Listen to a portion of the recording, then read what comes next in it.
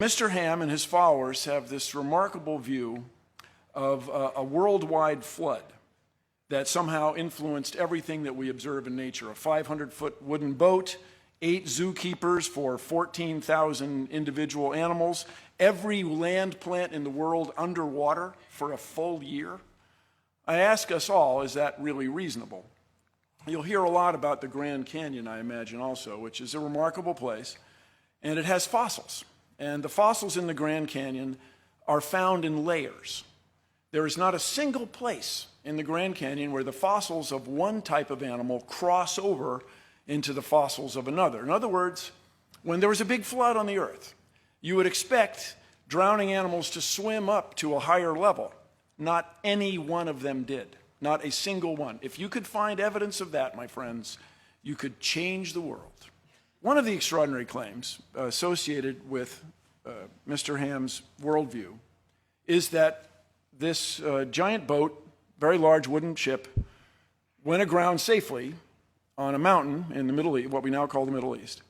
And so places like Australia are populated then by animals who somehow managed to get from the Middle East all the way to Australia in the last 4,000 years.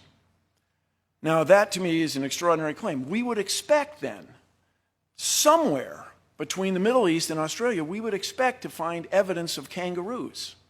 We would expect to find some fossils, some bones. In the last 4,000 years, somebody would have been hopping along there and died along the way, and we'd find them. And furthermore, there's a claim that there was a land bridge that allowed these animals to get from Asia all the way to the continent of Australia, and that land bridge has disappeared in the last 4,000 years. No navigator, no diver, no U.S. Navy submarine, no one's ever detected any evidence of this, let alone any fossils of kangaroos. So your expectation is not met. It doesn't seem to hold up.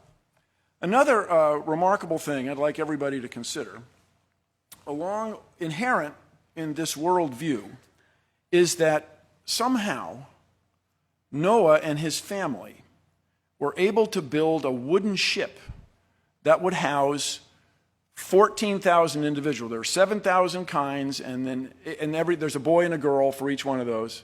So it's about 14,008 people. And these people were unskilled. As far as anybody knows, they had never built a wooden ship before. Furthermore, they had to get all these animals on there, and they had to feed them, and I understand that Mr. Ham has some explanations for that, which I frankly find extraordinary, but this is the premise of the bit.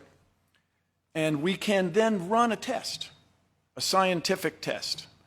People in the early 1900s built an extraordinary large wooden ship, the Wyoming. It was a 6-masted schooner, the largest one ever built. It had a motor on it for winching cables and stuff. But this boat had a great difficulty. It was not as big as the Titanic, but it was a very long ship. It would twist in the sea.